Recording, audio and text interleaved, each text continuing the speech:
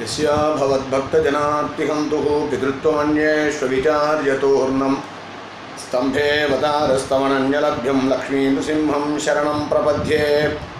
अहोबिलेकारुणशैलमध्ये कृपावसात् कल्पितसन्निधानं लक्ष्म्या समालिङ्गितवामभागं लक्ष्मीनृसिंहं शरणं प्रपद्ये। अर्चादिरूपमनुभावयितुं परं तत् आम्नायसारमणघैः द्रमिडः प्रबन्धैः दिव्यैः प्रकाशितवतो भुवि दिव्यसूरीन् भव्याय भूरि गुरुपङ्क्तिनदः प्रपद्ये। अस्मद्देशिकशङ्करङ्गलक्षणमुनिप्रीक्तार्थचिन्ताफलात् तस्यैवामनुग्रहाञ्च विदधत्सूक्तं मृतास्वादमं प्राच्या व्याघ्रिरस्तजन्नयनप्रातो स्वतोऽयं समैः आशास्योऽस्मि महात्मिकश्च भगवद्रामानुजाङ्घ्रिः प्रियैः। श्रियपदियाय समस्त कल्याण गुणங்களுக்கும் சாஸ்வதஸ்தானமாய் பரம பவித்ரனாய் பரமபதத்திற்கும் பிரகதி மண்டலத்திற்கும் பெருமானாய் உலகிலுள்ள உயிர்களை உய்விக்க நினைத்து அனாதியாக அவற்றை கெடுத்து வரும் கொடிய வனைகளை கழிப்பதற்கேற்றவாறு சிருஷ்டி ஸ்திதி சம்ஹாரங்களை செய்கின்றவனுமான நாராயணன் ஸ்திதி காலத்திலே தன்னை தெளிந்து விரைந்தடைந்து விளங்கட்டும் என்று பரிந்து தானே நேரிலும் தன்னை சேர்ந்தவர்களுக்கும் அந்தர்யாமியாகவும் அநேக முகமாய் அவதரித்து துஷ்ட நிகிரக சாது பரிபாலனங்களை செய்து உலகினை ஒழுங்குபடுத்தி வருகிறான் என்று ஆஸ்திகர்கள் அனைவரும் அறிவர். இப்படி வரும் அவதாரங்களையும் இவற்றுக்கு ஆதி மூலமாய் பரமபதத்திலே உள்ள பரவாசுதேவ ரூபத்தையும் சேர்த்து பரவியூக விபவஹார்த்தம் அச்சேன 5 விதமான ரூபமுள்ளவன் அவன் என்று சொல்வார்கள். இவற்றுள் பரரூபத்தை பிரதானமாக கொண்டு உபதேசிக்கிறது உபனிஷத்து. வாசுதேவ சங்கர்ஷண பிரத்யும்ன அனிருத்த ரூபமான வியூகத்தை விசேஷித்து சொல்லுகிறது பாஞ்சராத்ராகமம். ராமகிருஷ்ணாதி விபவங்களை சொல்லுவா விளக்குவன இதிகாச புராணங்கள். ஆர்த்தம் என்பது ஒவ்வொருவருடைய ஹிருதயத்திலும் அவதரித்தெழுந்தருளியிருக்கும் அந்தர்யாமி ரூபம். அந்த ரூப விஷயத்திலே நின்றவை யோகசாஸ்திரம் முதலியான தத்துவசாஸ்திரங்கள். அச்சையின் அழகை அனுபவிக்கின்றன ஆழ்வார்கள் திவ்ய பிரபந்தங்கள்.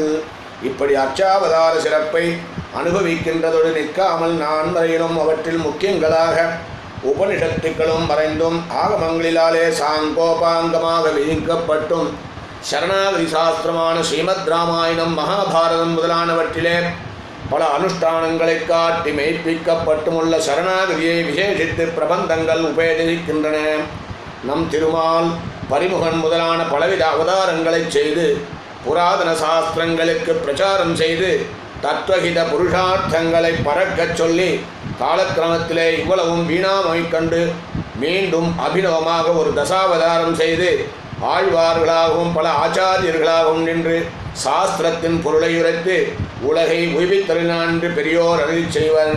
அதன் கருத்தன்ன என்றால் உபய விபூதிநாதனான ஸ்ரீமன் நாராயணன் இவ்விபூதியின் சிருஷ்டி ஸ்திதி சம்ஹாரங்களை செய்ய வியூகாவதாரம் செய்து ஸ்திதி காலத்திலே அயோத்தியா மதுராதிகளிலே ராமகிருஷ்ணாதி ரூபனாக தர்மஸ்தாபன சாதுஜன சமுர்த்திகளை கருதி அவதரித்து உபனிஷத்துக்களிலே ஆங்காங்கு வம்ச பரம்பரங்களை சொல்லும் இடங்களில் கண்டபடி ஒவ்வொரு குரு பரம்பரையிலும் தான் முதலிலே நின்று பற்பல பரம்பரைகளாலே வேதாந்த தத்துவத்தை வெளியிட்டு பக்தி யோகாமிருதத்தை ஊட்டி வைத்தான்.